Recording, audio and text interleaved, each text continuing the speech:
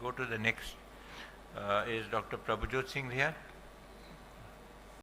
His topic is metallic intraocular bodies following torsional phacoemulsification.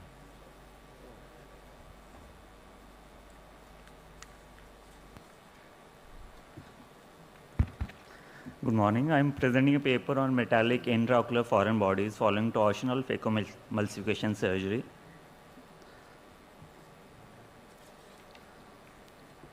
Is this timer set correctly? It's already 3 minutes. So phacoemulsification is the preferred technique for cataract extraction, but there is a documented risk of release of metallic particles. So we set out to conduct an observational study analyzing routine cases of cataracts undergoing phacoemulsification surgery. Our primary objective was to determine the incidence of these foreign bodies and related visual outcomes following phacoemulsification. So we observed 300 eyes undergoing routine phacoemulsification with an infinity vision torsional phacoemulsification using a 0.945 degree mini flared ABS tip, using a stop and chop technique with a two-handed usual approach, having a SINGH or chopper in left hand, and the phaco tip was either changed or sterilized after 10 cases, and we identified the intraocular foreign body either intra-op or during post-op on slit lamp.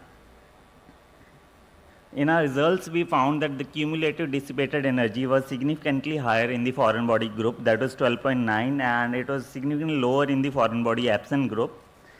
These are the foreign bodies we found. The small silvery shiny foreign bodies were found in the main port or the corneal side tunnels, which we found in 6 patients, and these are the foreign body found on the iris surface. You can see the foreign body near the pupillary margin in 4 to 5 o'clock hours. Then we followed these patients for 6 months, and we found that in 2 patients the foreign body disappeared. Then we did gonioscopy, and we could only localize foreign body in one of the patients. In another patient, that foreign body disappeared. We could not appreciate any foreign body in posterior chamber or posterior segment. Then we analyzed the phaco tip under 40x slit lamp magnification, as this foreign body did not cause any high risk, so we did not go for scanning electron microscopy. On 40x biomicroscopic examination, we found there were small grazing linear abrasions on the phaco tip, which corresponded to the size of foreign bodies we observed in our cases.